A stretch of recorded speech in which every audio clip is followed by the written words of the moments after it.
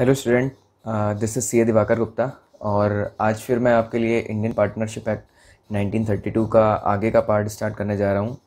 और अभी तक का जो हमने पीछे देखा तो उसमें हम जो राइट्स वगैरह थे और जो ड्यूटीज़ थी कॉमन, वहाँ तक पहुँच चुके थे। अभी आगे आप पीछे स्क्रीन पे देख सकते हैं। एक छोटा सा रिकेप लेते हैं। सबसे पहले हमने डेफिनेशन पढ़ी थी सेक्शन 4 में पार्टनरशिप की, पार्टनर्स और उसके फर्म की। उसके बाद हमने एलिमेंट देखे थे पार्टनरशिप के, जो 5 एलिमेंट थे, जिसमें पहला एसोसिएशन ऑफ 2 और more person, agreement, business, agreement to share profit, और उसके अलावा business carried on by all और any of them acting for all. ये हमारे एलिमेंट ऑफ पार्टनरशिप थे। इसके बाद हमने ट्रू टेस्ट ऑफ पार्टनरशिप देखा, जिसमें ट्रू टेस्ट में हमने क्रक्स में 3 चीज़ें देखी थी कि एग्रीमेंट होना चाहिए, शेयर ऑफ प्रॉफिट होना चाहिए, और बिज़नेस जो है पार्टनर्स में से कोई ना कोई या सारे के सारे पार्टनर्स को कैरी करना होना चाहिए। तो इसके बाद हमने एक केस देखा था शांति रंजन दास गुप्ता का। उसके बाद जो है ट्रू टेस्ट ऑफ पार्टनरशिप में शेयर ऑफ प्रॉफिट हमने देखा। बाद में काइंड्स ऑफ पार्टनरशिप, तो पार्टनरशिप हमने 2 तरीके की देखी, जिसमें विद रिगार्ड्स टू ड्यूरेशन थी। तो ड्यूरेशन के अंदर जो है 2 सब पार्ट थे उसके, partnership at will, partnership for a fix period. उसके बाद हमने काइंड्स ऑफ पार्टनरशिप में देखा with regards to the extent of the business. तो बिजनेस के हिसाब से एक पर्टिकुलर बिजनेस की बात कर रहा था, एक्सटेंट मतलब कितना बिजनेस होगा। तो कहीं पे पर्टिकुलर बिजनेस की बात कर रहा था, कहीं पर जनरल पार्टनरशिप की बात कर रहा था। तो जनरल पार्टनरशिप में हमने देखा था कि जब कोई पर्टिकुलर बिजनेस आइडेंटिफाइड नहीं होता या डिफाइन नहीं होता और पार्टनरशिप बनाई जाती है किसी भी बिजनेस को करने के लिए। मैंने आपको एग्जांपल भी दिया था पेप्सी कोक का, ब्रिटानिया का। और पर्टिकुलर पार्टनरशिप में था कि हम किसी एक कॉमन वेंचर के लिए निकलते हैं काम करने के लिए। तो हमें पता होता है कि ये मेरा काम है और मुझे यही करना है, इस ऑब्जेक्ट के दायरे में रह के ही मुझे काम करना है, तो मेरा पर्टिकुलर पार्टनरशिप हो जाती है। इसके बाद हमने देखा कि ये पार्टनरशिप का देखा हमने। उसके बाद देखा हमने पार्टनरशिप डीड क्या होती है। तो पार्टनरशिप डीड जो है एक रिजल्ट ऑफ एन एग्रीमेंट होता है, और ये एक डॉक्यूमेंट होता है जिसके अंदर सारे टर्म्स एंड कंडीशंस मेंशन होते हैं, और भी इसके अंदर बहुत सारी चीज़ें जो इन्फॉर्मेशन मेंशन होती है वो नीचे यहाँ पे हमने देखे थे, जैसे name of partnership, name of all the partners etcetera. उसके बाद हमने देखा टाइप्स ऑफ पार्टनर्स कि कितने टाइप के पार्टनर्स होते हैं। तो मैंने आपको बताया था यहाँ पे एक्टिव, दूसरा नॉमिनल, तीसरा sub partner, out going, sleeping, in profit only, incoming partner, partner by holding out. तो हमने ये पार्टनर्स देखे थे। उसके बाद हमने इनकी डेफिनेशन पढ़ी, इनके बारे में पढ़ा, इसके अंदर की चीज़ें जानी। अब जो नेक्स्ट टॉपिक हमारा शुरू हुआ था वो हुआ था duties of the partner, section 9, जिसमें ये बता रहे थे कि relation of partner to one and other, किस तरीके से एक पार्टनर का दूसरे पार्टनर के साथ में एक रिलेशन होता है, जो कि हमने डेफिनेशन में भी पढ़ा था सेक्शन 4 में, कि पार्टनर की डेफिनेशन में भी वो लोग एक रिलेशनशिप मेंटेन करते हैं जो एक बिज़नेस को कैरी करने के लिए होती है, और बिज़नेस भी कौन सा है, जो प्रॉफिट मोटिव बिज़नेस होता है। उसके बाद ये हमारा पार्ट कंप्लीट हो चुका था। अब जो आज हमें स्टार्ट करना है इस वीडियो में, यहाँ पे जो कह रहा है, ये कह रहा है mutual rights and liability. Section 13 है म्यूचुअल राइट्स, यानी कि आपस में एक दूसरे के जो अधिकार हैं वो म्यूचुअल राइट्स की बातें कर रहा है। म्यूचुअल राइट्स एंड लायबिलिटी, और उन अधिकारों के चलते हुए क्या लायबिलिटीज़ पार्टनर्स के लिए अराइज होती हैं। तो सबसे पहली बात जो यहाँ पे है, एक minute,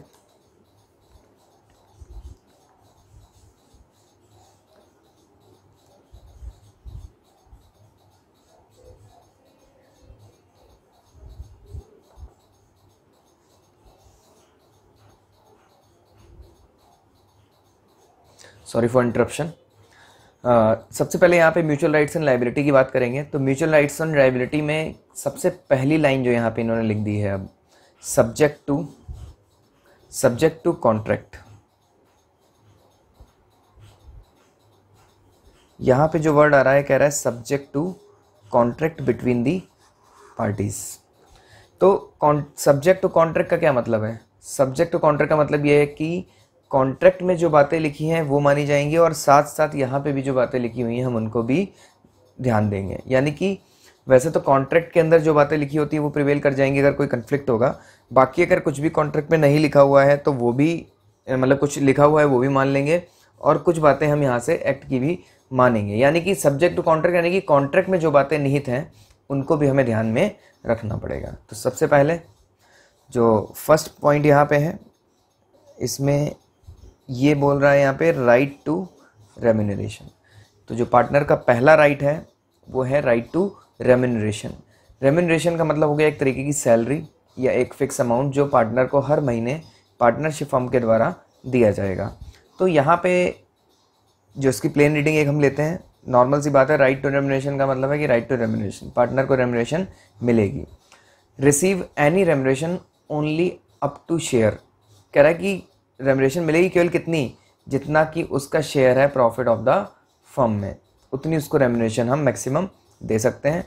but this rule can always be varied by N express agreement, कह रहा है लेकिन इस रूल को जो है हम किसी एक्सप्रेस एग्रीमेंट, यानी कि यहाँ पे वर्ड क्या लिखा हुआ था, subject to contract between the parties. कह रहा है कि वैसे तो क्या है कि जितना PSR लिख दिया है उतनी ही रेम्यूनरेशन मिलनी चाहिए, लेकिन ये कह रहा है कि अगर हमने कोई अलग से भी टर्म्स या कंडीशंस जोड़ी हुई हैं जो कि हमारे एक्सप्रेस एग्रीमेंट में हैं, यानी कि हमारे एग्रीमेंट में एक्सप्रेसली बताई गई हैं कि इतना तो शेयर है, शेयर के अलावा भी हम पार्टनर को कुछ देंगे, लाइक इंटरेस्ट, बोनस, कमीशन, कुछ और, तो उस केस में ये कह रहा है कि वहाँ पे अगर कोई एक्स्ट्रा कोई क्लॉज लिखा हुआ है पार्टनरशिप डीड में तो उसके हिसाब से फिर हम आगे देखेंगे। और by a course of dealing in which event the partner will be entitled to remuneration. ये कह रहा है कि कोर्स ऑफ डीलिंग का मतलब ये है कि सपोज करिए कि पार्टनरशिप फर्म को किसी रॉ मटेरियल की नीड है और वो रॉ मटेरियल किसी एक पार्टनर के पास उसकी क्या नाम है, उसका प्रोडक्शन है उस रॉ मटेरियल का, तो वो कहता है कि बाजार से लेने की जगह तुम मुझसे ले लो, मैं तुम्हें ये रेट दूंगा। तो वहाँ पे कहीं ना कहीं रेम्यूनरेशन ही एक जनरेट हो रही है उस पार्टनर को अलग से, other than sharing of profit. But फिर भी यहाँ पे कह रहा है कि हम कोर्स ऑफ डीलिंग में देखेंगे टाइम टू टाइम कि अगर हमें ऐसा लगता है या पार्टनरशिप को ऐसा लगता है कि यहाँ पे कोई रेम्यूनरेशन एक्स्ट्रा भी दी जा सकती है तो दे सकते हैं। फिर आगे कह रहा है 10 अ partner can claim remuneration even in the absence of a contract. तो ये कह रहा है कि भले ही कॉन्ट्रैक्ट में नहीं लिखा फिर भी एक पार्टनर जो है रेम्यूनरेशन ड्रॉ कर सकता है, भले ही कॉन्ट्रैक्ट में अब्सेंस है या फिर वहाँ पे नहीं लिखा है। When such remuneration is payable under the continued usages of the firm. In other words में कह रहा है कि where it is customary to pay remuneration to a partner for conducting the business of the firm, he can claim it even in the absence of a contract for the payment of the same। ये कह रहा है कि अब suppose करिए ABCD 4 partner है, उसमें से A और B ज़्यादा एक्टिव हैं। ज़्यादा एक्टिव का मतलब है कि वो लोग डेली बेसिस पे किसी और काम को ना करके केवल पार्टनरशिप का काम ही करते हैं, अपना सारा टाइम जो है वो पार्टनरशिप को देते हैं। तो वो C और D से कहते हैं कि क्योंकि काम हम दोनों ही ज़्यादा कर रहे हैं तो इसके लिए क्या है कि रेम्यूनरेशन भी हमारी थोड़ी ज़्यादा होनी चाहिए। तो उस केस में अगर बाकी पार्टनर म्यूचुअली एग्री कर लेते हैं, क्योंकि यहाँ पे बात भी म्यूचुअल राइट्स की हो रही है, अगर वो एग्री कर जाते हैं तो उनको फिर भले ही उनकी डीड में वो नहीं लिखा हुआ फिर भी उनको रेम्यूनरेशन मिलेगी। बी पॉइंट पे आ जाते हैं। सबसे पहले हो गया हमारा राइट टू रेम्यूनरेशन, सीधी सी बात है। पहले राइट टू रेम्यूनरेशन में इन्होंने ये बोला कि जैसा कि एग्रीमेंट में लिखा हुआ है उस हिसाब से PSR के बेसिस पे ही इनको जो भी प्रॉफिट में शेयरिंग है रेम्यूनरेशन दी जाएगी। लेकिन कह रहे हैं कि इससे ये बाउंड नहीं कर रहा है, मतलब ये क्लॉज केवल बाउंड नहीं कर रहा है, इसके अलावा एक नॉर्मल कोर्स ऑफ डीलिंग में भी जो है टाइम टू टाइम रेम्यूनरेशन में बदलाव किए जा सकते हैं। सिर्फ सीधी सी बात यही है। उसके बाद जो हमारा बी पॉइंट है, बी पॉइंट कह रहा है right to share profit. B point हमसे कह रहा है राइट टू शेयर प्रॉफिट। तो जैसे रेम्यूनरेशन में उनका अधिकार होता है वैसे ही प्रॉफिट शेयरिंग में भी उनका अधिकार होता है। जब भी हम P&L बनाते हैं पार्टनरशिप फर्म में, हम जब भी प्रॉफिट एंड लॉस बनाते हैं तो रेम्यूनरेशन को तो हम टू रेम्यूनरेशन यहाँ पे लिख देते हैं और टू लास्ट में नेट प्रॉफिट हमारा निकल के आ जाता है। और यही नेट प्रॉफिट बाद में कहाँ चला जाता है, ये जाता है P&L एप्रोप्रिएशन में। ये मेरा P&L एप्रोप्रिएशन में जाता है, जहाँ पे हम इसको बाई नेट प्रॉफिट लिख देते हैं, फिर 2A 2B 2C 2D ऐसे ही जितने भी पार्टनर होते हैं उनके नाम लिख के उस नेट प्रॉफिट को हम अप्रोप्रिएट कर देते हैं और बाद में ये उनकी कैपिटल अकाउंट में चला जाता है, या फिर अगर किसी को चाहिए होता है नेट प्रॉफिट तो उसको कैश में भी दिया जा सकता है। वैसे तो हम जो भी क्वेश्चंस करते हैं इंस्टीट्यूट के पार्टनरशिप में, जनरली हम यही देखते हैं कि जो भी नेट प्रॉफिट्स होते हैं वो उनके प्रॉफिट शेयरिंग रेशियो में बांट दिए जाते हैं, कैपिटल में उसको इंक्लूड कर दिया जाता है। तो राइट टू शेयर प्रॉफिट हो गया, आपको मेरे हिसाब से समझ में आ गया होगा। फिर भी हम इसकी एक रीडिंग लेंगे। यहाँ कह रहा है partners are entitled to share equally in the profit earned and so contribute equally to the losses sustain by the firm. यहाँ पे वैसे ही इन्होंने क्या बोला है, इक्वली, लेकिन अगर मान लीजिए इक्वली का मतलब तो हो गया 1:1, लेकिन अगर कहीं पे ऐसा लिखा हुआ है कि डीड में लिखा हुआ है कि एक पार्टनर का 2/3 है, एक का 1/3 है, तो उस केस में यहाँ पे 1:1 की कोई बात नहीं है। वहाँ पे प्रॉफिट जो है एज पर जो एग्रीमेंट है या पार्टनरशिप डीड है उसके हिसाब से बांटे जाएंगे, क्योंकि यहाँ पे वर्ड क्या लिखा है, subject to contract between the partners. तो कॉन्ट्रैक्ट को सब्जेक्ट में यानी कि माइंड में रखते हुए हमें इन बातों को पढ़ना है कि अगर उसमें कुछ और लिखा है तो वो बातें ही प्रिवेल करेंगी, ये बातें प्रिवेल नहीं करेंगी। फिर कह रहा है partner entitle to share equally in the profit earned and so contribute equally to the losses sustained by the firm. तो अगर कॉन्ट्रैक्ट में कुछ भी नहीं लिखा है तो इक्वल प्रॉफिट शेयरिंग भी हो जाएगा और इक्वल लॉस शेयरिंग भी उनका हो जाएगा। The amount of partner share must be ascertain. यहाँ पे कह रहे हैं the amount of partner share must be ascertained by inquiring whether there is an agreement is that behalf between the partners। कह रहे हैं कि हमें यह भी देखना पड़ेगा कि ऐसा कोई एग्रीमेंट हो, ये ज़रूरी है कि एक एग्रीमेंट हो, चाहे वो एग्रीमेंट वर्बल हो चाहे वो एग्रीमेंट ओरल हो, ये ज़रूरी है कि एक एग्रीमेंट हो जिससे ये पता चल पाए कि प्रॉफिट शेयरिंग रेशियो क्या है। फिर आगे कह रहा है कि if there is no agreement, कह रहा है अगर कोई एग्रीमेंट नहीं है then you should make a presumption of equality. कह रहा है कि अगर यहाँ पे कोई भी एग्रीमेंट नहीं पाया गया तो उस केस में हमें ये अजम्पशन लेनी पड़ेगी कि यहाँ पे जो भी पार्टनर का शेयरिंग रेशियो है वो 1:1 है, यानी कि इक्वल है। And the burden of providing that the shares are unequal will lie on the party alleging the same. यहाँ पे अब ये बात कह रहा है कि अगर सपोज करिए कि 4 पार्टनर है, 2 पार्टनर कह रहे हैं कि नहीं 1:1 का रेशियो, 2 कह रहे हैं नहीं ये गलत है और रेशियो तो कुछ और है, 2, 3, 4, 5 का रेशियो है। तो उस केस में ये कह रहे हैं कि हम तो क्या मानेंगे, अगर कोई एग्रीमेंट नहीं है और ये बात प्रूफ नहीं हो पा रही कि क्या शेयर है तो हम तो वैसे तो इक्वल मानेंगे। अगर किसी को ये लगता है कि नहीं इक्वल नहीं है तो उसके ऊपर फिर बर्डन ऑफ प्रूफ डाल दिया जाएगा। सपोज करिए कि ABCD में से D ये कह रहा है कि नहीं ये ABC 1:1 का जो रेशियो बता रहे हैं ये रेशियो गलत है। स्टार्टिंग में जब पार्टनरशिप बनी थी तो रेशियो इन्होंने मुझे ज़्यादा शेयर देने की बात करी थी, बाकी तीनों का कम था क्योंकि कैपिटल मैंने ज़्यादा लगाई है। तो उस केस में ये बर्डन ऑफ प्रूफ जो है D के ऊपर चला जाएगा कि उसको ये प्रूफ करना पड़ेगा कोर्ट में कि जो वो बात कह रहा है वो किस तरीके से सही है।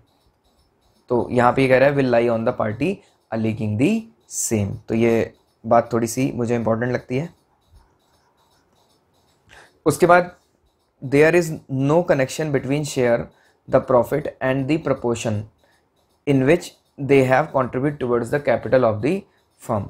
कह रहे हैं यहाँ पे कोई कनेक्शन नहीं है किस चीज़ में, कह रहे हैं कि no connection between share the profit and proportion in which they have contributed towards capital of the firm. ये भी इम्पॉर्टेंट है, मुझे जो लगता है एग्जाम के लिए रेलिवेंट है। ये इंपॉर्टेंट तो वैसे ही सब कुछ है, लेकिन फिर भी मैंने आपको पहले ही बोला था कि हर किसी के माइंड में कुछ चीज़ें इंपॉर्टेंट लगती हैं उसको, तो उस हिसाब से मैं ये बता रहा हूँ कि ये लाइन भी यहाँ पे थोड़ी सी इंपॉर्टेंट है। और चूंकि ये लाइन इंपॉर्टेंट है तो उस हिसाब से ये B पॉइंट पूरा ही इंपॉर्टेंट लगता है मुझे, क्योंकि अगर एग्जाम में क्वेश्चन आता है जहाँ पे वो ये कहता है कि कैपिटल के जो रेशियोज़ हैं वो ये हैं और PSR पता नहीं चल पा रहा है क्या है, और एक पार्टनर ये कह रहा है दूसरा पार्टनर वो कह रहा है, उस केस में क्या होगा, तब आप ये नहीं कह सकते कि कैपिटल रेशियो में ही PSR बनाया जाएगा, नहीं। तब जो एक्ट कह रहा है, जो लॉ कह रहा है सब्जेक्ट टू कॉन्ट्रैक्ट, अब कॉन्ट्रैक्ट कुछ कह नहीं रहा, तो उस केस में हम ये मानेंगे जैसा कि यहाँ पे इक्वालिटी की बातें यहाँ पे करी गई हैं। तो हमारा आंसर क्या होगा कि पार्टनर के जो PSR होंगे वो इक्वल होंगे in case when we are not able to identify what the ratio is. Next है हमारा interest on capital. Interest on capital की जब हम बात करते हैं तो पार्टनरशिप के केस में जो है कैपिटल स्टार्टिंग में ही जिस समय पार्टनर्स अपनी अपनी कैपिटल ला रहे होते हैं तो उस समय ही ये लोग डिसाइड कर सकते हैं कि इन लोगों को कैपिटल के ऊपर भी इंटरेस्ट मिलना है या नहीं मिलना है। तो उस केस में यहाँ कह रहा है कि following element must be there before a partner can be entitle to interest on monies bought by him. कह रहे हैं कि जो भी पैसा वो लोग फर्म में लेकर के आए हैं उसके ऊपर कोई इंटरेस्ट कैपिटल पे मिलेगा या नहीं मिलेगा, ये कह रहे हैं कि पार्टनर को पहले ही डिसाइड कर लेना है। ठीक है क्या? नंबर 1 कह रहे हैं an express agreement to that effect और practice of the particular partnership और any trade custom to that effect और a statutory provision which entitle him to such interest. कह रहे हैं कि ये कैसे पता चलेगा कि इंटरेस्ट ऑन कैपिटल है। कह रहे हैं या तो तुम एक्सप्रेस एग्रीमेंट कर लो, या फिर जो प्रैक्टिस होगी पार्टनरशिप की उसमें हमें पता चल जाएगा कि ये लोग हर महीने क्या कर रहे हैं, इंटरेस्ट दे रहे हैं। या फिर आगे कह रहा है कि कोई ट्रेड कस्टम है। कस्टम का मतलब हो गया कि पुरानी चीज़ें पीछे से, जैसे कोई इंडस्ट्री है, पर्टिकुलर इंडस्ट्री, वहाँ पे जैसे अगर मैं लाला फर्म्स की बात करूँ तो आज भी वहाँ पे दिवाली बोनस दिया जाता है, जबकि एमएनसी में ऐसा नहीं है। ज़रूरी नहीं है कि वहाँ पे दिवाली बोनस का कोई कल्चर हो, वहाँ पे उनके अलग टाइप के बोनसेस होते हैं। तो लाला कंपनियों में लेकिन आज भी दिवाली बोनस दिया जाता है। तो यहाँ पे कह रहे हैं कि उनके कस्टम्स हैं, उनके ट्रेड का कस्टम है, चला आ रहा है कि हाँ बोनस देना है। वैसे ही कह रहे हैं कि अगर वहाँ पे ऐसा कस्टम है कि पार्टनरशिप को भी क्या है, इंटरेस्ट देना ही देना है, तो फिर हम मान लेंगे। फिर आगे कह रहा है और स्टैट्यूटरी प्रोविज़न, या फिर कहीं पे कोई स्टैट्यूटरी प्रोविज़न है जो उनको इस बात के लिए कह रहा है कि यहाँ पे आपको इंटरेस्ट ऑन कैपिटल देना ही पड़ेगा, तो वहाँ पे भी इंटरेस्ट ऑन कैपिटल मान लिया जाएगा। तो कह रहे हैं following element must be there before a partner can be entitled to interest on money is bought by him. तो ये एलिमेंट कौन कौन से, फर्स्ट और सेकंड जो बात हमने पढ़ी है, इसके हिसाब से हम देखेंगे कि पार्टनरशिप में कोई इंटरेस्ट देना है या नहीं देना है। उसके हमारा डी पॉइंट है इंटरेस्ट ऑन एडवांसेस। तो इंटरेस्ट ऑन एडवांसेस में क्या कह रहा है, सब फिर मैं वही बात बताऊंगा आपको कि यहाँ पे सब्जेक्ट टू एग्रीमेंट पीछे बोला हुआ है, उसके हिसाब से एग्रीमेंट भी देखना है। अगर एग्रीमेंट में कुछ लिखा है तो वो बात मान ली जाएगी, अदरवाइज जो बात एक्ट कह रहा है वो मान ली जाएगी। तो यहाँ पे इंटरेस्ट ऑन एडवांसेस में क्या कह रहा है, suppose a partner make an advance to the firm in relation to the amount of capital to be contributed by him. In such a case, the partner is entitled to claim interest thereon 6% per annum. While interest on capital account ceases to run on dissolution, the interest on advance keep running even after dissolution and up to the date of payment. तो यहाँ पे जो interest on advances कह रहा है, ये कह रहा है कि तुम कैपिटल लेके आए स्टार्टिंग में, उस कैपिटल पे तुम इंटरेस्ट लेते जा रहे थे, इंटरेस्ट लेते लेते बाद में बात ये आई कि अब फर्म डिसॉल्व हो जाएगी। फर्म डिसॉल्व होने के बाद क्या हुआ, फर्म डिसॉल्व होने के बाद अभी तक पार्टनरशिप के अंदर जो भी पैसा पड़ा हुआ था उसको पार्टनर्स को डिस्ट्रीब्यूट नहीं किया गया है। तो जब अभी तक पैसा डिस्ट्रीब्यूट नहीं किया गया है तो यहाँ पे ये बात कही जा रही है, यहाँ पे ये कह रहे हैं कि उस समय जब पैसा डिस्ट्रीब्यूट नहीं किया गया तो जिस दिन तक पैसा रहेगा उस दिन तक हमें उस इंटरेस्ट ऑन कैपिटल को कैसे देना होगा, इंटरेस्ट ऑन एडवांस के रूप में। सीधी सी बात यह है कि जब तक वो मेरा बिजनेस चल रहा था तब तक वो मेरी कैपिटल थी। जिस दिन मैं फर्म डिसॉल्व हो गई, एक पार्टनर चला गया या नया पार्टनर आ गया, क्योंकि फर्म हर केस में डिसॉल्व हो जाती है, जब एक नया पार्टनर आता है तब भी फर्म डिसॉल्व होती है, जब एक आउटगोइंग पार्टनर जो कोई जा रहा होता है पार्टनर, उस समय भी फर्म अक्सर डिसॉल्व हो जाती है। 99% केसेस में फर्म डिसॉल्व हो जाती है, इनकमिंग और आउटगोइंग के केस में, रिटायरमेंट के केस में या फिर डेथ के केस में। तो यहाँ पे ये कह रहा है कि ये वही केसेस है जब एक पार्टनर चला गया है, वो अपनी कैपिटल छोड़ गया है और अभी तक उसकी कैपिटल हमने उसको वापस नहीं करी है, फर्म ने उसको कैपिटल वापस नहीं करी है, तो उस समय उस कैपिटल को क्या मान लिया जाएगा, एडवांस मान लिया जाएगा, और उस एडवांस पे भी वो इंटरेस्ट के लिए इंटाइटल्ड हो जाएगा। कब तक, जब तक कि उसको वो पैसा पे नहीं किया जाता। तो ये हो गया। इसके बाद डी पॉइंट हो गया। फिर ई पॉइंट हमारा राइट टू बी इंडेमनीफाइड। तो राइट टू बी इंडेमनीफाइड हम पीछे भी पढ़ के आए हैं, लेकिन फिर से हम इसको एक बार रीड आउट कर लेते हैं। इंडेमनीफाई का मतलब होता है क्षतिपूर्ति करना। अगर किसी पार्टनर से कोई गलती हो गई है जिसकी भरपाई बाकी पार्टनर्स को भी करनी पड़ गई है, तो उन पार्टनर्स को इंडेमनीफाई लॉसेस के लिए करना पड़ेगा। तो यहाँ पे कह रहा है कि every partner has the right to be indemnified by the firm in respect of payment made and liability incur by him in the ordinary and proper conduct of the business of the firm as well as in the performance of the act. हालांकि वहाँ पे partner की indemnity की बात हो रही थी, यहाँ पे फर्म की बात हो रही है।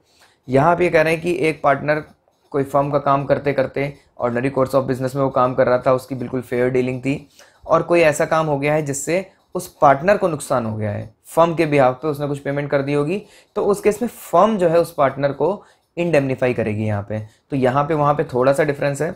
तो वहाँ पे क्या था कि वहाँ पार्टनर जो है बाकी पार्टनर को इंडेमनीफाई कर रहा था, यहाँ पे फर्म जो है एक पार्टनर जो काम कर रहा है उस काम के चलते चलते उस पार्टनर ने कोई पैसा अपनी जेब से खर्च कर दिया होगा, तो फर्म जो है उस पैसे के लिए उस पार्टनर को लायबल हो जाएगी। आगे बढ़ते हैं। यहाँ पे कह रहा है कि in the performance of an act in an emergency for protecting the firm from any loss if the payment liability and act are such as a prudent man. Prudent man का मतलब होता है विवेकशील आदमी, उसने सब कुछ सोच समझ के विवेकपूर्ण तरीके से किया है। तो उस केस में कह रहे हैं इनकर करी है उसने अगर कोई लाइबिलिटी, इनकर perform on his own case under similar circumstances. ये कह रहा है कि एक ऐसे इस तरीके से प्रूडेंट मैन कौन है, उसने उस तरीके से काम लिया है, उस तरीके से काम किया है जिस तरीके से अगर उसकी वो लाइबिलिटी होती, उसका वो काम होता तो उसी तरीके से करता, तो उस केस में फिर फर्म भी जो है उस पार्टनर को इंडेमनिफाई करने के लिए तैयार रहेगी। अगला है हमारा पार्टनरशिप प्रॉपर्टी, सेक्शन 14। अब पार्टनरशिप प्रॉपर्टी की बात हो रही है, तो यहाँ पे फिर वही बात यहाँ पे ये कह रहे हैं, ये बात आपको हर जगह मिलेगी, subject to contract between the partners. Partner के बीच में जो कॉन्ट्रैक्ट है उसको भी हमें ध्यान रखना पड़ेगा। उसके अलावा अगर कुछ नहीं लिखा हुआ है तो नीचे वाली बातें भी हमें देखनी पड़ेंगी। तो उस केस में यहाँ कह रहा है property of the firm includes. तो फर्म की प्रॉपर्टी में क्या क्या इंक्लूड होता है, इन्होंने कहा सारी प्रॉपर्टीज़। तो प्रॉपर्टी का मतलब है सब कुछ, राइट्स, सारे राइट्स जो भी इंटेलेक्चुअल प्रॉपर्टी राइट हैं या कोई भी राइट्स हैं, वो कोई भी interest or goodwill of the business originally bought or acquired by purchase or otherwise, by or for the firm or for the purpose and in the course of business of the firm. जब भी कई सारे comma आते हैं तो उस time पर हमें इस सेंटेंस को तोड़ के पढ़ना चाहिए। सबसे पहले हमें क्या पढ़ना चाहिए, property of the firm includes. ये कह रहा है कि फर्म की प्रॉपर्टी में क्या इंक्लूड है, सीधी सी बात है, सारी property, right, interest or goodwill. ठीक है, अब ये कह रहे हैं कि वो गुडविल, राइट, इंटरेस्ट, प्रॉपर्टी चाहे इन्होंने परचेज की हो और एक्वायर, चाहे इन्होंने एक्वायर किए हो वो राइट्स बाई, अब कैसे एक्वायर किए हैं, बाई परचेज और अदरवाइज, चाहे परचेज किए हैं चाहे सेल्फ जनरेटेड है, क्योंकि गुडविल अक्सर सेल्फ जनरेटेड भी होती है। और कह रहा है बाई, कॉमा के बाद कह रहा है by or for the firm, firm के द्वारा या फर्म के लिए उस राइट को एक्वायर किया गया होगा, या उसको क्या किया गया होगा, ओरिजिनली परचेज किया होगा, या फिर उसको सेल्फ जनरेट किया गया होगा। और फॉर द पर्पस, कह रहा है कि किस पर्पस के लिए, for the purpose and in the course of the business of the firm. कह रहे हैं कि फर्म के बिजनेस के पर्पस के लिए उन राइट्स को, उस गुडविल को, उस प्रॉपर्टी को अगर परचेज किया गया है या वो सेल्फ जनरेटेड है, तो उस केस में ये कह रहा है कि ये सारी की सारी चीज़ें कहाँ पे इंक्लूड की जाती हैं, प्रॉपर्टी में इंक्लूड की जाती हैं। तो अब मुझे लगता है क्लियर हो गया होगा। उसके बाद सेकंड जो हमारी लिम्ब है, जहाँ कह रहा है unless the contrary intention appear. कह रहा है कि जब तक कि कोई अलग बात नहीं अपीयर हो रही, कहाँ नहीं अपीयर हो रही होगी, अपीयर नहीं हो रही होगी मेरे एग्रीमेंट में। कह रहा है कि जब तक कोई और कॉन्ट्रेरी इंटेंशन किसी और जगह अपीयर नहीं हो रही होगी, property and rights and interest in property acquired with money belonging to the firm are deemed to have been acquired for the firm. तो यहाँ पे कह रहा है कि अब कोई पार्टनर है, उसने कहा कि ऐसा करो, कुछ दिनों की बात है, लॉकडाउन लग गया है, थोड़े दिन के लिए ऐसा करो, पार्टनरशिप का काम जो है मेरे घर से स्टार्ट कर लो, मेरे घर से करते रहो। तो यहाँ पे कह रहा है कि unless the contrary intention appear. अब यहाँ पे तो कॉन्ट्रेरी इंटेंशन है, मेरा घर पार्टनरशिप का घर थोड़ी ना है, लेकिन फिर भी मैंने पार्टनरशिप को दे रखा है। तो ये बात तो ये हो गई कि unless the contrary intention appear. तो यहाँ पे तो कॉन्ट्रेरी इंटेंशन अपीयर है क्योंकि घर मेरा है। लेकिन अब ये कह रहे हैं कि जहाँ पर भी मान लो पार्टनरशिप बिजनेस हो रहा होगा, कह रहा है कि जब तक कि ये नहीं बताया जा रहा या डीड में नहीं लिखा हुआ है, तब तक हर प्रॉपर्टी को, जहाँ भी पार्टनरशिप से रिलेटेड कोई भी बिजनेस हो रहा होगा, यही माना जाएगा कि वो प्रॉपर्टी किसकी है, पार्टनरशिप फर्म की ही है, ये मान लिया जाएगा। तो इसकी एनालिसिस जो है आप लोग एक बार पढ़ लीजिएगा, इसमें कुछ खास नहीं है। जो ऊपर हमने बातें पढ़ी हैं उसको थोड़ा सा इन्होंने तोड़ा हुआ है नीचे। चलिए हम एक बार फिर से पढ़ लेते हैं इसको, इसकी एनालिसिस पे ध्यान देते हैं थोड़ा। इंस्टीट्यूट ने जो एनालिसिस हमें अलग से दी हुई है, यहाँ पे क्या लिखा हुआ है कि property of the firm implies partnership property, partnership assets, joint stock, common stock और joint estate. Denote all the property, rights and interest to which the firm that is all partner collectively may be entitle. कह रहे हैं कि जो भी सारी rights, जो भी प्रॉपर्टी हैं, जो भी एसेट्स हैं, ये सारी की सारी प्रॉपर्टी या एसेट किसकी मानी जाएंगी, पार्टनरशिप फर्म की मानी जाएंगी, जो कि सारे पार्टनर से बिलोंग कर रही है। फिर कह रहा है कि whether a particular property is और is not property of the firm depend on the real intention और एग्रीमेंट ऑफ द पार्टनर्स। जैसे कि मैंने कोविड में अपने घर का एग्जांपल दिया कि मैं पार्टनरशिप के लिए अपने घर को यूज़ कर रहा हूँ, तो उस केस में रियल इंटेंशन क्या है, क्या मुझे अपना घर क्या पार्टनरशिप को देना है, नहीं, मेरी इंटेंशन ऐसी नहीं है। मेरी इंटेंशन सिर्फ ये है कि क्योंकि मैं पार्टनर हूँ इस फर्म का और फर्म का जो बिजनेस है उसमें किसी भी तरीके से कोई भी रुकावट नहीं आए, इसलिए मैंने अपने घर को उसके लिए यूज़ कर लिया। तो यहाँ पे कह रहा है depend on the real intention और एग्रीमेंट ऑफ द पार्टनर, दस the mere fact that the property of a partner is being used for the purpose of the firm shall not by itself make it partnership property। कह रहा है कि ऐसा ज़रूरी नहीं है कि पार्टनरशिप के लिए जो भी चीज़ों को यूज़ किया जा रहा है उसको हम पार्टनरशिप की प्रॉपर्टी मान लें, नहीं, ऐसा नहीं है। तो यहाँ पे ये कह रहे हैं कि रियल इंटेंशन और एग्रीमेंट हमें देखने पड़ेंगे। फिर आगे कह रहा है unless it is intended to be treated as such partner may be by an agreement convert the property और the separate property of any partner into a partnership property. कह रहे हैं कि पार्टनर लेकिन अगर चाहें तो वो एग्रीमेंट के थ्रू कन्वर्ट कर सकते हैं किसी प्रॉपर्टी को या फिर उसको हटा सकते हैं। सेपरेट का मतलब उसको अलग कर देना, separate property of any partner into a partnership property. तो कह रहे हैं कि चाहे कन्वर्ट कर लो प्रॉपर्टी को, चाहे कह रहे हैं कि सेपरेट प्रॉपर्टी को भी क्या कर लो, या तो सेपरेट कर दो या तो अलग कर दो या तो मिला लो पार्टनरशिप में, वो डिपेंड करेगा। सीधी सी बात है, जो मेन लाइन हमारी जो बोल्ड में ऊपर लिखी है, depend on the real intention और the agreement of the partner, कि ये प्रॉपर्टी हमारी है या नहीं है। इसके ऊपर भी केस स्टडी आने के चांसेस हो सकते हैं। प्रॉपर्टी की बात की जाएगी, बताया जाएगा कि ऐसे ऐसे प्रॉपर्टी है, फलाना है, ढिमकाना है, आप बताइए कि ये प्रॉपर्टी पार्टनरशिप से बिलोंग करती है या नहीं है। तो आपको यही बातें जो एनालिसिस में लिखी हुई हैं कि पहले हम प्रॉपर्टी की डेफिनेशन बताएंगे कि पार्टनरशिप में क्या बताया है, तो हम बताएंगे कि प्रॉपर्टी में क्या क्या इंक्लूड होता है, सारी एसेट, सारी की सारी चीज़ें जो कि कॉमन है और सारे के सारे पार्टनर से बिलोंग कर रही होंगी या फिर जिनका एग्रीमेंट होगा। फिर हम ये बताएंगे कि लेकिन ऐसा ज़रूरी नहीं है हर केस में कि हर प्रॉपर्टी जिसको पार्टनरशिप के लिए यूज़ किया जा रहा हो वो पार्टनरशिप की ही प्रॉपर्टी हो। इसके लिए हमें ये देखना पड़ेगा कि पार्टनर्स की इंटेंशन क्या है और उसका एग्रीमेंट क्या है। ये हमारा आंसर वहाँ पे होगा। आंसर थोड़ा यहाँ पे डिप्लोमेटिक होगा, बाकी डिपेंड करेगा कि फैक्ट ऑफ द केसेस क्या हैं, उसके हिसाब से हमें आंसर को जज करना पड़ेगा, जस्टिफाई करना पड़ेगा। उसके बाद गुडविल। अब ये बता रहे हैं कि गुडविल क्या होता है। गुडविल बेसिकली अगर हम एक नॉर्मल सेंस में समझें तो गुडविल का मतलब होता है कि मेरी मार्केट में जो वैल्यू है, मेरे कंपटीटर और भी मार्केट में होंगे, उनसे मेरी वैल्यू, मेरे बिजनेस की वैल्यू कितनी ज़्यादा है, वही किसी एक फर्म की गुडविल कहलाती है। यानी कि जितना मेरा शेयर मार्केट में किसी और से ज़्यादा है, यानी कि अगर मैं 100 रुपये लगा के 15 रुपये कमाता हूँ और कोई और व्यक्ति 100 रुपये लगा के 12 रुपये कमाता है, तो मेरी जो गुडविल है वो 3 रुपये की है। ये बहुत ही सिंपल टर्म्स मैंने आपको बताया। बाकी गुडविल जो है यहाँ पे आगे जो बता रहा है वो कह रहा है value of the reputation of a business house in respect of profit expected in future over and above the normal level of the profit earned by undertaking belonging to the same class of business। अब आपको समझ में आ रहा है? यहाँ पे दो है, मैं आपको समझाता हूँ। यहाँ पे एक आपने नाम सुना होगा इसका, पीसी ज्वेलर्स का, पीसीजे। एक पीसी ज्वेलर्स है, एक ऐसे ही कोई एबी ज्वेलर्स है, एबीजे। तो उस केस में पीसी ज्वेलर्स का नाम जो है आज की डेट में हर कोई जानता है, पर एबीजे हो सकता है किसी पर्टिकुलर सिटी के अंदर हो जिसको लोग जानते हो। तो यहाँ पे मैंने अभी आपको बताया फिर से कि 100 रुपीज़ किसी ने लगाए हैं यहाँ पे भी, और 100 रुपीज़ इन्होंने भी लगाए हैं। ये जब 100 रुपीज़ लगाते हैं तो इनका जो टर्नओवर होता है वो बहुत ज़्यादा होता है। ये 100 लगाते हैं, एक दिन में 100 के इन्हें 50 मिल जाते हैं, फिर उस 50 को ये इन्वेस्ट कर देते हैं, आगे प्लस 50 कर देते हैं, फिर इनके 50 माइनस हो जाते हैं, फिर ये प्लस 50 कर देते हैं, फिर यहाँ पे 50 माइनस हो जाते हैं। यानी कि बार बार ये बिजनेस में अपना पैसा लगाते हैं।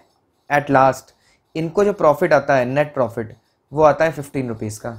पर इनके पास हो सकता है कि दिन में 2 ही कस्टमर आए, जिसने 40 का सामान एक ने लिया, एक ने फिर 40 का ले लिया, तो इन्होंने 2 बार 40-40 को इन्वेस्ट कर दिया है। यहाँ पे जो इन्हें प्रॉफिट हुआ है ये हुआ है 12 रुपये का नेट प्रॉफिट। तो यहाँ पे मैंने आपको बताया कि गुडविल कितना है, 3 रुपये। 3 रुपये यानी कि नॉर्मली लोग कितना कमाते हैं, 12 रुपये 100 रुपये लगा के, और मैं नॉर्मली कितना कमा ले रहा हूँ, 15 रुपये। यानी कि 12 रुपये एक नॉर्मल ट्रेंड है और मैं 15 कमा रहा हूँ, यानी कि मेरे पास 3 रुपये एक्स्ट्रा आ रहे हैं। तो ये जो एक्स्ट्रा 3 रुपये हैं यही मेरी क्या है, गुडविल है। मैं आपको दिखाता हूँ इधर। यहाँ पे क्या कह रहा है, goodwill may be identifies as value of reputation of a business. अगर हम इसको लिखें यहाँ पे, तो यहाँ पे क्या कह रहा है, value of reputation of business equals to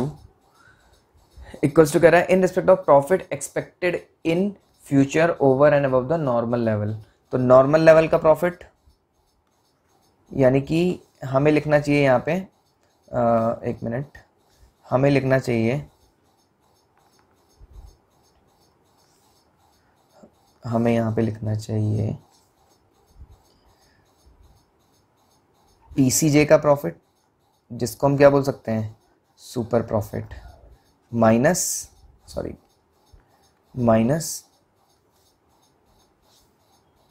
minus normal profit of industry, that is AB J का प्रॉफिट। तो पीसीजे का प्रॉफिट कितना है, 15 माइनस 12 इक्वल्स टू 3। तो मेरी गुडविल की क्या वैल्यू आ गई है, 3 रुपये। तो ये जो 3 रुपये आए हैं ये क्या है, ये है मेरी गुडविल की वैल्यू। तो यहाँ पे यही बता रहा है यहाँ पे कि in respect of profit expected in future over and above the normal level of profit earned by undertaking belonging to the same class of business. आगे बढ़ते हैं, कह रहा है कि when a partnership firm is dissolved every partner has a right in the absence of any agreement to the contrary. कह रहा है जब एक पार्टनरशिप डिसॉल्व होती है तो हर पार्टनर के पास एक राइट होता है, किसी भी एग्रीमेंट, जब वहाँ पे कोई जब एग्रीमेंट नहीं है तो क्या राइट होता है, कह रहा है to have the goodwill of the business sold for the benefit of all the partners. मैंने 15 सालों का एक फर्म में अगर काम किया है तो कहीं ना कहीं मेरे क्लाइंट्स भी तो उस फर्म से जुड़े होंगे, मेरा नाम भी तो उस फर्म से जुड़ा हुआ है, और आने वाले टाइम में भले मैं उस फर्म में ना रहूं पर फिर भी मेरा नाम उस फर्म में जुड़ा रहेगा। जैसे कि आज की डेट में रतन टाटा अभी हैं और रहेंगे भी आगे, बाकी जब तक हैं तब तक भी और उनके जाने के बाद भी टाटा में हमेशा उनका नाम जुड़ा रहेगा। क्यों? क्योंकि उनकी ईमानदारी, उनका जो कहना चाहिए उदारवादी नेचर, वो हमेशा टाटा के नाम के साथ में हमेशा जुड़ा रहेगा। तो कहीं ना कहीं उनकी गुडविल जो है बेसिकली टाटा के साथ में जुड़ी रहेगी। तो यहाँ कह रहे हैं जब एक पार्टनरशिप फर्म में, इसी तरीके से वो तो कंपनी की बात हो गई, वैसे एक पार्टनर भी जब एक फर्म में होता है और उसके नाम से वो फर्म चलती रहती है। तो यहाँ कह रहे हैं when a partnership is dissolve every partner has a right. तो हर पार्टनर के पास एक राइट है उस केस में जब वहाँ पे कोई भी एग्रीमेंट नहीं है इस तरीके का। क्या राइट है कि to have the goodwill of business sold, कि उनके पास जो गुडविल है वो बिजनेस की, उसको बेचें बाकी पार्टनर्स को, जिससे कि बाकी पार्टनर्स जो आगे तक जो है उस नाम को कैरी कर सकें और आगे अपना बिजनेस कंटिन्यू कर सकें। फिर थर्ड पॉइंट हमारा ग्रीन में है जो कह रहा है it can be sold separately. कह रहा है कि उसको सेपरेटली भी बेचा जा सकता है और along with other properties of the firm. Any partner make an agreement with the buyer of goodwill that such partner will not carry or any business similar to that of the firm within a specified period or within specified local limits। Indian contract में जब हम restrain of trade पढ़ रहे थे तो वहाँ पे एक पॉइंट तो वो था जब पार्टनर जो है उनको रोका जा रहा था, दूसरा पॉइंट ये भी था सेल ऑफ गुडविल का। वहाँ पे ये बता रहा था कि सेल ऑफ गुडविल के टाइम पे बाकी जिसको सेल ऑफ गुडविल यानी कि जिसको गुडविल बेची जा रही है वो भी उस पार्टनर को रोक सकता है कि आगे तुम इस नाम को यूज़ नहीं करोगे, क्योंकि अब तुम ये नाम मुझे बेचे दे रहे हो। और कहाँ यूज़ नहीं करोगे, मैंने बोला था कि ये डिपेंड करता है कि क्या वहाँ के क्या स्पेसिफाइड पीरियड उन्होंने डिसाइड किया है या क्या वहाँ की स्पेसिफाइड लोकल लिमिट्स मानी जा रही हैं। तो उस लिमिट में वो उसको यूज़ नहीं करेगा, वो डिपेंड करेगा एज पर एग्रीमेंट। फिर उसके बाद नीचे कह रहा है प्रॉपर्टी ऑफ पार्टनर। तो प्रॉपर्टी ऑफ पार्टनर ये एक जनरल पॉइंट है, इसमें कह रहा है where the property is exclusively belonging to a person, it does not become property of the partnership merely because it is used for the business of the partnership। ये मैंने already आपको बता दिया है। आगे बढ़ते हैं, subject to contract between the partners. फिर क्या कह रहा है, subject to contract between the partners. फिर से वही बात, क्योंकि मैंने आपको बताया ये बात अब बार बार आती रहेगी कि डीड में जो लिखा है वो बात तो माननी ही है हमें, उसके अलावा अगर वहाँ पे कुछ नहीं लिखा है तो हम इनको भी रीड करेंगे और इनको देखेंगे साथ साथ। तो कह रहा है the property of the firm shall be held and used by the partner exclusively for purpose of the business and not for partners individual use. यहाँ पे कह रहा है कि पार्टनरशिप की जो भी प्रॉपर्टी होंगी उनको पार्टनर सिर्फ पार्टनरशिप के लिए ही यूज़ करेंगे।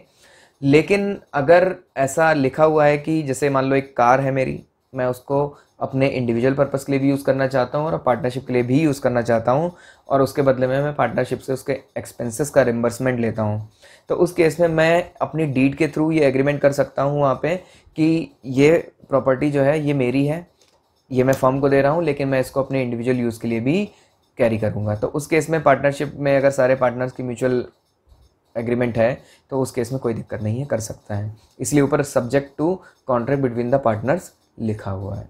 फिर सेकंड पॉइंट है, every partner of the firm has a right to get it share of profit till the firm subsist and he has a right to see that all the asset of the partnership are applied to and used for the purpose of partnership business। कह रहे हैं हर partner जो है firm का, उसके पास right है कि वो अपने शेयर ऑफ प्रॉफिट को फर्म से लेता रहे जब तक कि फर्म क्या है, सबसे जब तक फर्म चल रही है। एंड उसके पास एक राइट और भी है, see that all the asset of the partnership are applied and used for the purpose of partnership business. वो ये भी देख सकता है कि जो भी एसेट्स पार्टनरशिप में लेकर के आई गई हैं वो सारी की सारी एसेट्स पार्टनरशिप के लिए ही यूज़ की जा रही हूँ, वो ये भी देख सकता है। अगर नहीं की जा रही हैं तो वो उसके ऊपर जो है ऑब्जेक्शन भी कर सकता है। तो यहाँ पे हमारा खत्म हो गया application of the property of the firm section 15। अगला है हमारा personal profit earned by partner. यहाँ पे आप देख सकते हैं नीचे, पहले हम यहाँ पे एग्जाम्पल देखेंगे, एग्जाम्पल देखने के बाद हम इसके कंटेंट के ऊपर जाएंगे। तो यहाँ पे सबसे पहले एग्जाम्पल में क्या कह रहा है, यहाँ पे कुल मिला के जो बात हो रही है वो हो रही है personal profit earn by partner. अगर कोई पार्टनर पार्टनरशिप में रह के कोई पर्सनल प्रॉफिट अर्न कर लेता है तो उस केस में उसकी लाइबिलिटीज़ क्या होंगी और बाकी लोगों के राइट्स क्या होंगे, बेसिकली ये बात है यहाँ पे। तो यहाँ पे ABCD बता रहे हैं, ये चार हैं, A, B, C और D, ये चार पार्टनर हैं। इन्होंने partnership business refining of sugar किया है। यहाँ पे कह रहा है A who has himself a wholesale grocery. कह रहे हैं कि अब ए इनमें से ये ए है, ए की अपनी ग्रॉसरी शॉप भी है। इसमें ये कह रहे हैं कि ए was well aware of the variation in the sugar market and had the suitable sense of propriety as regard purchase of sugar. He had already in stock sugar purchased at a low price which he sold to the firm without informing the partners that the sugar sold had belonged to him। इसमें ये कह रहे हैं कि जो partnership firm थी वो भी बिजनेस में थी और शुगर के बिजनेस में ही थी। वो लोग शुगर को रिफाइन करते थे और ये जो पार्टनरशिप फर्म में ABCD चार पार्टनर थे, जिसमें से एक पार्टनर था उसका अपना भी शुगर का काम था। इसमें इसको पता था कि शुगर के प्राइस जो है बढ़ने वाले हैं और उसने क्या किया, उसने शुगर जो है ऑलरेडी स्टॉक में कर ली लो प्राइस पे। कहाँ से? पार्टनरशिप फर्म से। उसने क्या किया, he sold to the firm, उसने फर्म को बेचा। क्या बेचा? शुगर बेचा। जो सस्ते दामों पे खरीदी थी उसको महंगे दामों पे बेचा। तो उसमें ये कह रहे हैं कि, और ये भी नहीं बताया पार्टनर्स को कि जो शुगर ये फर्म के अंदर परचेज़ की जा रही है वो मैं खुद बेच रहा हूँ या मुझसे परचेज़ की जा रही है। तो उस केस में कह रहे हैं कि ए जो भी प्रॉफिट फर्म से कमाएगा उसके लिए वो लायबल होगा कि उस प्रॉफिट को वो क्या करे, रिम्बर्स करे बाकी के सारे पार्टनर्स को भी, उनके इक्वल रेशियो में, जो भी उनके रेशियो डिसाइडेड होंगे, फर्म को भी उसका बेनिफिट देगा। दूसरा हमारा है ABCD started a business in partnership for importing salt from foreign port and selling it at India. तो यहाँ पे कह रहे हैं कि ये जो एक फॉरेन सॉल्ट है, फॉरेन पोर्ट से सॉल्ट को इंपोर्ट कर रहा है, उसको इंडिया में बेचेंगे। इसमें कह रहे हैं कि ए ने क्या किया है, struck certain transaction in salt on his own account, और कुछ ट्रांजैक्शन इसने क्या किए हैं जबकि फर्म के बिहाफ पे करनी चाहिए थी, अपने बिहाफ पे कर ली। कह रहा है कि which were found to be of the same nature as the business carried on by the partnership, उसी नेचर की थी जिस नेचर की पार्टनरशिप की का बिजनेस उनका होता था। कह रहे हैं it was held that A was liable to account to the firm for profit of the business so made by him.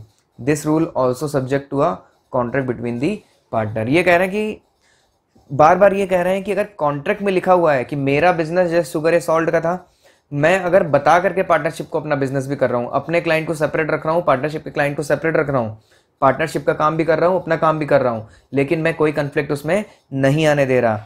पर यहाँ पे क्या हो रहा है, यहाँ पे ये लोग क्या कर रहे हैं, ABCD में से जो A है पहले वो शुगर का काम करता है, तो शुगर सस्ती खरीदता है जानते बूझते और महंगे दामों में पार्टनरशिप को देता है, तो ये गलत बात है। जिस समय तुम अपनी शुगर सस्ती खरीद रहे थे, तुमने पार्टनरशिप की क्यों नहीं खरीदी, इसलिए उसको वहाँ पे लाइबिलिटी भुगतनी पड़ी। यहाँ पे ये कह रहा है कि जिस समय तुम नमक ला रहे थे और तुमने क्या किया, कुछ क्लाइंट्स को सॉलिसिट कर लिया, उनको फर्म से लेकर के अपने पर्सनल इंटरेस्ट में यूज़ कर लिया, तो उस केस में भी तुम्हारा जो प्रॉफिट है वो किसका हो जाएगा, पार्टनरशिप फर्म का, और वो सब में इक्वली डिस्ट्रीब्यूट किया जाएगा। तो यही बात यहाँ पर भी है। लेकिन बाद में इन्होंने एक बात कह दी है कि अगर कोई ऑलरेडी कॉन्ट्रैक्ट हो चुका है फर्म के और पार्टनर के बीच में कि वो अपना काम भी टाइम टू टाइम करता रहेगा, साथ साथ करता रहेगा, तो उस केस में देखा जाएगा कि वो प्रूडेंट मैन है या नहीं है, उसकी बोनाफाइड इंटेंशन है या नहीं है, तब उस केस में फिर वो अपना पर्सनल प्रॉफिट भी अलग से कर सकता है, पर फर्म का इंटरेस्ट बीच में नहीं डिफीट होना चाहिए। तो यहाँ पर ये केस थे दोनों। आगे बढ़ते हैं। अब हमारा आ गया है right and duties of partners after change in the firm. तो यहाँ पे क्या कह रहा है कि how do identify change in the firm. तो कह रहा है कि जब एक नया पार्टनर आता है, when a new partner or partner कम इन, मतलब ये यहाँ कहना चाह रहा है कि कब फर्म के कॉन्स्टिट्यूशन में चेंज आएगा, कब फर्म में चेंज आएगा। कह रहा है कि जब एक पार्टनर आता है, जब एक पार्टनर जाता है, चाहे डेथ से चाहे रिटायरमेंट से। फिर कह रहे हैं कि where some partner or partner goes out by death or retirement. फिर कह रहा है कि where the partnership business is carried on after the expiry of the term fix for the purpose. तो उस केस में भी how to identify change in the firm. इन 4 केसेस में हम देखेंगे कि कब कब ये चीज़ें होती हैं। तो सबसे पहले subject to contract between the partners. हर बार आपको यही बात मिलेगी, क्योंकि पार्टनरशिप डीड जो है वो सबसे बड़ा डॉक्यूमेंट होता है फर्म का। वो डीड अगर हमारी रजिस्टर्ड है और उसमें सारी चीज़ें लिखी हुई हैं, तो फिर लॉ में हमें इतनी देखने की जरूरत नहीं पड़ेगी, डीड को ही हमें सर्वोपरि मानना है। लेकिन अगर डीड हमारी पूरी नहीं है या उसमें सारी बातें नहीं लिखी हुई हैं, जो बातें कुछ एक्ट में ज़्यादा बता रखी हैं, तो वहाँ पे एक्ट ही प्रिवेल करेगा। तो एक्ट में पहले बता रहे हैं फर्स्ट पॉइंट में after change in the firm. तो आफ्टर चेंज में कह रहा है कि where the change occur in the constitution of firm. Constitution कब चेंज होगा, जब कोई आ रहा है, जब कोई जा रहा है। तो यहाँ पे क्या कह रहे हैं कि mutual rights and duty of the partner in the reconstituted firm remain the same as they were immediately before the change. तो कह रहे हैं कि जैसे कि चेंज के पहले था, बिल्कुल वैसे ही चेंज के बाद भी रहेगा। किसी भी तरीके की लाइबिलिटी में, किसी भी तरीके के कोई राइट्स में या ड्यूटीज़ में कोई भी चेंज नहीं आएगा। फिर कह रहे हैं after the expiry of the term of the firm. कह रहे हैं कि जब फर्म, हमने पहले ही पढ़ा था कि फिक्स टर्म के लिए हमने पार्टनरशिप बनाई है, लेकिन हमने उस पार्टनरशिप को आगे तक कंटिन्यू किया, तो क्या हो जाता है, पार्टनरशिप जो है वो एट विल बन जाती है। और जब एट विल बन जाएगी, यानी कि राइट्स एंड ड्यूटीज़ वैसे ही चलती रहेंगी जैसे थी। तो यहाँ पर भी क्या लिखा हुआ है, यहाँ पे लिखा है where the firm constitute for a fix term continue to carry on business after the expiry of the term, the mutual rights and duties of the partner remain the same as they were before the expiry. तो कोई दिक्कत नहीं है, same so far as they may be consistent with the incidents of the partnership at will। मैंने पहले ही बताया कि हम पहले ही पढ़ चुके हैं कि जब पार्टनरशिप जो है किसी पर्टिकुलर फिक्स टाइम के लिए होती है, पर हम उसको आगे कंटिन्यू कर जाते हैं, तो उस केस में वो पार्टनरशिप एट विल बन जाती है। फिर थर्ड हमारा है point where addition undertaking are carried out. कह रहे हैं जब फर्म कॉन्स्टिट्यूट की जाती है to carry out one or more adventure or undertaking, other adventure or undertaking are the same as those in respect of the original adventure or undertaking. तो कह रहे हैं कि हम अभी तक कोई और बिजनेस करते थे, थोड़े दिनों बाद हमने टेक्सटाइल से हम जो है उसमें चले गए हैं, क्या नाम है, फार्मास्यूटिकल में, या फिर किसी खाद के बिजनेस में चले गए हैं, फर्टिलाइजर्स वगैरह में। तो भी जैसे पीछे हमारे जो राइट्स और ड्यूटीज़ जो भी हमारे रहते थे, जो लाइबिलिटीज़ रहती थी, बिल्कुल वैसे ही वो आगे वाली चीज़ों के लिए भी कह रहे हैं कि सेम रहेंगी। तो कोई दिक्कत नहीं है इसमें, बिल्कुल ईजी टॉपिक था ये। फिर आगे क्या कह रहा है, relation of partners to third parties. Relation of partners to third parties. Third party के साथ में एक बार हम देख लेते हैं इसमें कितना है एनालिसिस।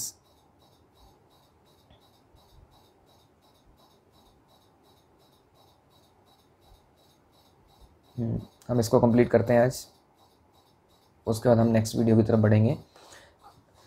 सबसे पहले यहाँ कह रहा है subject to the provision of this act. This act अब की बार क्या नहीं बोला इसने, अब की बार इसने ये एग्रीमेंट नहीं बोला है, अब की कह रहा है subject to the provision of this act, यानी कि अब की बार एक्ट के प्रोविज़न को दिमाग में रख के आपको अपनी डीड बनानी पड़ेगी। थोड़ा सा डिफरेंस है यहाँ पे। वहाँ अभी तक जो हम पढ़ रहे थे वहाँ पे क्या था, अभी तक ये था कि जो कुछ भी कहाँ लिखा होगा डीड में, उसको हम ऊपर मानेंगे। अब उल्टा हो गया है, अब पल्ला जो है तराजू का वो दूसरी तरफ झुक गया है। अब कह रहा है subject to the provision of this act, ये वाली बात।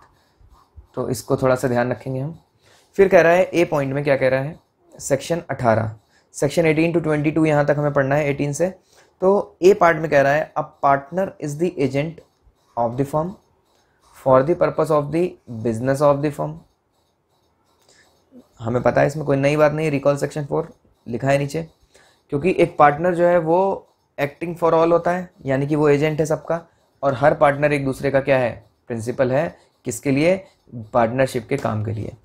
तो यहाँ पे कह रहा है the rule that the partner is an agent of the firm for the purpose of the business of the firm can not be applied to all transaction and dealing between the partner themselves. It is applicable only to the act done by partner for the purpose of the business of the firm. ये हमें पता है कि partner जो है agent किस चीज़ के लिए है, सिर्फ उन कामों के लिए जिस काम के लिए वो फर्म के लिए काम कर रहा है। फर्म के कोर्स ऑफ डीलिंग में, कोर्स ऑफ बिजनेस में जो भी काम किए जा रहे हैं एक पार्टनर के द्वारा, उस केस में उसको वो बाकी सब पार्टनर्स का एजेंट मानते हैं। आगे बी पॉइंट में कह रहा है implied authority of partner as agent of the firm, section 19। तो इम्प्लाइड अथॉरिटी, इम्प्लाइड का मतलब जहाँ पे एक्सप्रेसली कुछ नहीं लिखा हुआ है, हम कब मान लेंगे, तो कब मान लेंगे, the act of partner which is done to carry on the usual way. जैसे बिजनेस किया जाता है वो वैसे ही बिजनेस कर रहा था। Business of the kind carried on by the firm bind the firm. तो कह रहा है कि business of the kind carried on by the firm, वही बिजनेस वो कर रहा है जो बिजनेस फर्म को करना था, तब वो फर्म को क्या करेगा, बाइंड कर देगा अपने कामों से। फिर दूसरा कह रहा है the authority of a partner to bind the firm conferred by this section is called his implied authority. तो यही ऊपर जो बात लिखी हुई है यही क्या है, इम्प्लाइड अथॉरिटी। यानी कि भले ही कॉन्ट्रैक्ट में लिखा हो चाहे ना लिखा हो, अगर नॉर्मल कोर्स ऑफ डीलिंग में जो काम जिस तरीके से करना चाहिए था फर्म के बिजनेस के लिए, वैसे ही पार्टनर ने वो काम किया है, तो फिर वो फर्म को बाइंड कर देगा। फिर लास्ट थर्ड पॉइंट हमारा क्या कह रहा है, in the absence of any usage और custom of trade to the contrary the implied authority of partner does not empower him to. ये कह रहा है कि in the absence of any usage और कस्टम ऑफ ट्रेड, कह रहा है in the absence of any usage और custom of trade to the contrary the implied authority of partner does not empower him to. क्या empower नहीं करता है partner को, कह रहा है submit a dispute relating to the business of the firm to arbitration, open a bank account on behalf of the firm in his own name. मतलब कह रहा है कि ये सब चीज़ें जो हैं ये हम नहीं मानते कि ये फर्म के लिए किया गया काम। कह रहा है कि तुम कोई डिस्प्यूट रेस कर रहे हो relating to business of the firm to the arbitration. दूसरा कह रहा है कि तुम एक बैंक अकाउंट खोल रहे हो अपने बिहाफ पे, फर्म के लिए, अपने नाम पे फर्म का अकाउंट, ऐसा नहीं हो सकता।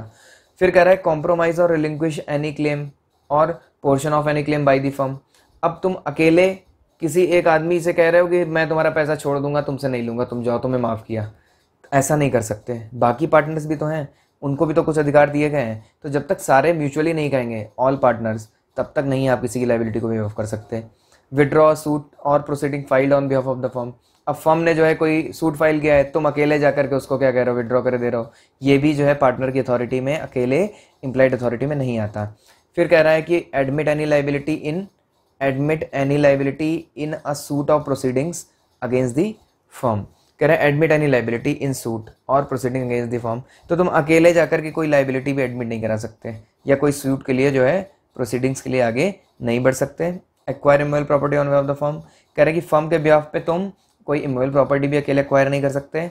Transfer immovable property belonging to firm, तुम ट्रांसफर भी नहीं कर सकते अकेले। And enter into partnership on behalf of the firm, तुम फर्म के बिहाफ पे कभी भी पार्टनरशिप में एंटर नहीं हो सकते। ये सब इम्प्लाइड अथॉरिटी में नहीं आएगा। अगर ऐसा कोई काम कोई पार्टनर कर देता है तो फिर इसमें फर्म बाइंड नहीं होगी, और जो भी ये एग्रीमेंट होंगे कहीं ना कहीं ये मेरे हिसाब से वॉइडेबल या वॉइड करार दे दिए जाएंगे। फिर नीचे सी पॉइंट में कह रहा है mode of doing act to bind firm, section 22 कह रहा है in order to bind a firm an act or instrument done or executed by a partner or other person on behalf of the firm shall be done or executed in the firm name or in any other manner expressing or implying an intention to bind the firm। कह रहे हैं firm को bind करने के लिए कोई भी act या फिर कोई भी इंस्ट्रूमेंट, जब कोई एक्ट किया जाए या कोई इंस्ट्रूमेंट एग्जीक्यूट किया जाए किसी पार्टनर के द्वारा या फिर अदर पर्सन के द्वारा on behalf of the firm, कह रहे हैं शैल बी डन और executed in the firm name. तो वो हमेशा किसके नाम पे होगा, फर्म के नाम पे। या फिर in any other manner expressing, या फिर किसी और तरीके से वो कहीं ना कहीं फर्म से ही बिलोंग करना चाहिए और ऐसी इंटेंशन होनी चाहिए कि हम फर्म को बाइंड कर रहे हैं, तभी कह रहे हैं कि फर्म बाइंड होगी, अदरवाइज नहीं होगी। तो इसकी एनालिसिस है, मैं चाहता हूँ आप लोग एक बार इसको खुद पढ़ लें। एनालिसिस में वही बातें लिखी हुई हैं जो पीछे हम अभी पढ़ के आए, तो बार बार रिपीट करने से कोई फ़ायदा नहीं है। आप एक बार इसको पढ़िए, अगर कोई डाउट होता है तो आप मुझसे पूछ सकते हैं। मेरा नंबर आप सबको पता है, मैं एक बार फिर से बता देता हूँ। मेरा नंबर है 9911872677। आप मुझे व्हाट्सएप करके किसी भी तरीके की लॉ, अकाउंट्स या फिर इकोनॉमिक्स में कोई भी क्वेरी मुझसे पूछ सकते हैं। इसमें एक एग्जांपल देख लेते हैं हम। यहाँ पे हमारे मिस्टर डॉग बैठे हुए हैं, तो यहाँ पे क्या है कि मिस्टर डॉग जो है, मिस्टर एक्स एक partner in a firm of the solicitor, तो सॉलिसिटर फर्म में मिस्टर एक्स जो है वो भी क्या है, पार्टनर है। Borrow money and execute a promissory note in the name of the firm without authority, और बिना अथॉरिटी के इन्होंने क्या किया है, एक प्रोमिसरी नोट एग्जीक्यूट कर दिया है फर्म के नाम पे। तो यहाँ कह रहा है the other partner are not liable on the note, तो ये जो अदर पार्टनर है ये और ये कह रहा है कि the other partner not liable on the note as it is not part of the ordinary business of a solicitor to draw accept endorse negotiable instrument. तो जो सॉलिसिटर हैं वो क्या है, वो नहीं कर सकते, वो नेगोशिएबल इंस्ट्रूमेंट ड्रॉ नहीं कर सकते क्योंकि ये उनके कोर्स ऑफ बिजनेस में नहीं आता है। However it may be usual for one partner of the firm of banker to draw accept endorse a bill of exchange on behalf of the firm. लेकिन ये कह रहे हैं कि अगर ये कोई बैंकिंग फर्म होती, बैंकर होते ये लोग, तो उस केस में ये लोग ऐसा कर सकते हैं। तो ये जो इधर बैठे हुए हैं साहब, इन्होंने ऐसा किया है, आप इन्हें देख सकते हैं। तो यहाँ पे बाकी ये पार्टनर जो है अपना माथा पकड़ के रह गए हैं, कह रहे हैं तुमने ऐसा क्यों किया और तुम हमें बाइंड भी नहीं कर सकते। लेकिन अगर हम बैंकिंग कंपनी होते हैं, या बैंकिंग कंपनी नहीं कहना चाहिए मुझे, बैंकिंग फर्म होते हैं, तब मुझे ये नॉर्मल कोर्स ऑफ बिजनेस में होता तो बाकी पार्टनर्स को भी ये क्या कर देता, बाइंड कर देता। फिर if partnership be of a general commercial nature, कह रहा है कि अगर एक जनरल कॉमर्शियल नेचर की है तो कह रहा है ही में प्लेज, ये प्लेज कर सकते हैं, सेल करते हैं पार्टनरशिप की प्रॉपर्टी को। ही में बाई गुड्स, गुड्स को बाई कर सकते हैं on account of the partnership, ये जनरल काम है वो सारे कर सकते हैं। बोरो कर सकते हैं money, contract debt and pay debt on account of the partnership. फिर कह रहा है he may draw, make, sign, endorse, transfer, negotiate and procure to be discontinued promissory note, bill of exchange, check and other negotiable paper in the name on and on account of the partnership। अगर आप general commercial nature के हैं तो आप ये चार काम, जो ये चार काम यहाँ पे दिए हुए हैं, ये सारे काम आप कर सकते हैं। प्लेज कर सकते हैं, बाई सेल कर सकते हैं गुड्स की, बोरो मनी कर सकते हैं, और ड्रॉ कर सकते हैं क्या क्या चीज़ें, साइन कर सकते हैं, एंडोर्स कर सकते हैं, ट्रांसफ़र कर सकते हैं, नेगोशिएट कर सकते हैं, procure to be discounted, bank को दे सकते हैं डिस्काउंट कराने के लिए कोई भी promise note, bill of exchange, cheque या फिर other negotiable paper. Tax invoice भी एक तरीके की नेगोशिएबल पेपर ही होती है। In the name and the on account of the partnership, तब पार्टनर ऐसा कर सकता है। फिर नीचे कह रहे हैं डी पॉइंट में extension and restriction of partners, implied authority of partner section 20। तो इम्प्लाइड अथॉरिटी ऑफ पार्टनर में क्या कह रहा है, इम्प्लाइड अथॉरिटी में बी एक्सटेंडेड और restricted by contract between the partner. कह रहे हैं इम्प्लाइड अथॉरिटी को क्या किया जा सकता है, रिस्ट्रिक्ट किया जा सकता है किसी कॉन्ट्रैक्ट के थ्रू। इम्प्लाइड अथॉरिटी पीछे हम पढ़ के आए हैं, उस अथॉरिटी की बात कर रहा है कि उसको क्या कर सकते हैं, रिस्ट्रिक्ट कर सकते हैं। तो यहाँ कह रहा है under the following condition the restriction imposed on the implied authority of a partner by agreement shall be effective against the third party. कह रहे हैं कि रिस्ट्रिक्शन इम्पोज किया जा सकता है on the implied authority of a partner by agreement shall be effective against the third party, तो वो थर्ड पार्टी के अगेंस्ट भी इफेक्टिव होगा। इन case when firm not bind with the act of a partner, यानी कि ये वो case है जब अगर कोई पार्टनर, उसकी अथॉरिटी को रिस्ट्रिक्ट किया गया है और वो किसी और के साथ में, थर्ड पार्टी के साथ में कॉन्ट्रैक्ट में एंटर हो जाता है फर्म के बिहाफ पे, तो वो थर्ड पार्टी फिर फर्म से ये कह नहीं सकती कि तुमने जो है अपने पार्टनर से ये एग्रीमेंट करवाया है, ये ऑर्डिनरी कोर्स ऑफ बिजनेस में ही है। तो ऐसा यहाँ पे कह रहा है, यहाँ पे देखो नीचे क्या कह रहा है फर्स्ट पॉइंट में, third party know about the restriction. ये कब, लेकिन ये सिर्फ तब हो सकता है जब थर्ड पार्टी को क्या हो, पता हो कि ऐसा रिस्ट्रिक्शन इसके ऊपर लगी हुई है, और दूसरा third party does not know that he is dealing with a partner in a firm, और जब उसको पता ही ना हो कि वो किसी फर्म के पार्टनर के साथ डील कर रहा है, उसको पता ही नहीं था कि इसकी कोई फर्म भी है, ये तो बस डील कर रहा है।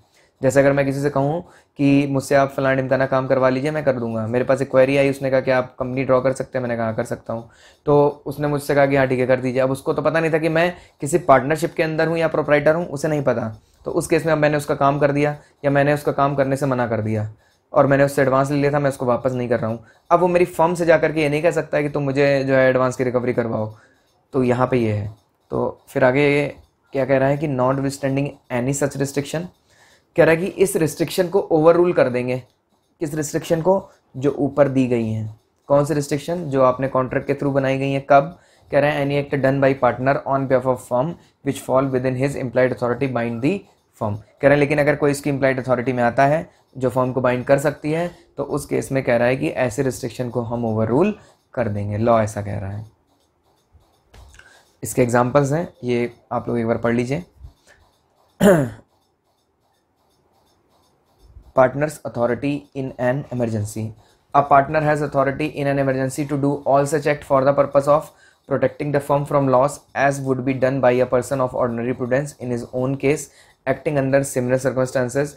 कुल मिला के ये वही पीछे जो बात लिखी हुई थी कि अगर कोई इमरजेंसी टाइम आता है, भले उसको अथॉरिटी नहीं थी या मान लीजिए अथॉरिटी थी भी, और वो फर्म को बचाने के लिए, फर्म के लिए कुछ काम कर देता है जिससे उसका कुछ लॉस हो जाता है या फिर उसकी जेब से कुछ पैसे खर्च हो जाते हैं, तो उस केस में कह रहा है कि वो काम, उस एक्ट के लिए वो फर्म को बाइंड करेगा तब जब वो काम बिल्कुल वैसे ही अपने केस में भी करता तब, तो उस केस में वो फर्म को बाइंड करेगा। आगे बढ़ जाते हैं, यहीं तक आज रहने देते हैं। यहाँ पे सेक्शन 21 हमारा ख़त्म हो गया है क्योंकि आगे शुरू हो चुका है हमारा सेक्शन 23। तो 23 से आगे हम फिर से नेक्स्ट स्टार्ट करेंगे। तो आई होप स्टूडेंट्स आप लोगों को ये सब बातें समझ में आ रही होंगी, और मैं ये चाहता हूँ कि मेरे किसी भी तरीके के जो मैं ये वीडियो यहाँ पे बना रहा हूँ, इसमें अगर आपको कोई भी इम्प्रूवमेंट, किसी भी सुधार के लिए मुझे कोई भी सलाह देनी है तो आप मुझे मेरे व्हाट्सअप नंबर जो मैं आपको बता चुका हूँ, एक बार फिर से बताता हूँ, 9911872677, आप मुझे बिल्कुल मैसेज कर सकते हैं, मुझे बता सकते हैं। मैं बिल्कुल कोशिश करूँगा कि अपनी जो आपको पढ़ाने की जो टेक्निक है इसमें भी कुछ सुधार करूँगा, और आप लोगों के जो भी आइडियाज़ होंगे उनको बिल्कुल ही मेरी तरफ से वेलकम है, क्योंकि मेरा भी अभी अभी स्टार्टअप है। और तो प्रैक्टिस मेक्स मैन परफेक्ट, मेरा ऐसा मानना है। तो आप लोग मुझे बताते रहिए, मैं आपके लिए एक ऐसे अच्छे वीडियोस डालता रहूँगा। और अभी पार्टनरशिप हमारा ख़त्म नहीं हुआ है, ये आज हमारा चौथा वीडियो है जो पार्टनरशिप का मैंने आज कंप्लीट किया है। इसके बाद अभी पार्टनरशिप के लिए हो सकता है मुझे 2 वीडियो या 3 वीडियो तक और बनाने पड़ेंगे, जिसको कंप्लीट करके आप निश्चित ही एग्ज़ाम में, मुझे उम्मीद है कि 5 से 10 नंबर के लिए पार्टनरशिप पूछा जाता है और आप पूरे के पूरे मार्क्स सिक्योर कर सकते हैं। इन वीडियोस के बाद में मैं पार्टनरशिप के कुछ क्वेश्चंस भी लेकर के आऊँगा, जिनको मैं आपको, एक बार आप एक्ट पढ़ लीजिए, उसके बाद फिर मैं एक्ट के साथ साथ में उन क्वेश्चंस को भी आपको ज़रूर करवाऊँगा। तब तक के लिए मिलते हैं अगले वीडियो में हम, और मुझे उम्मीद है आप सब बहुत ही अच्छे तरीके से तैयारी करेंगे। Thank you.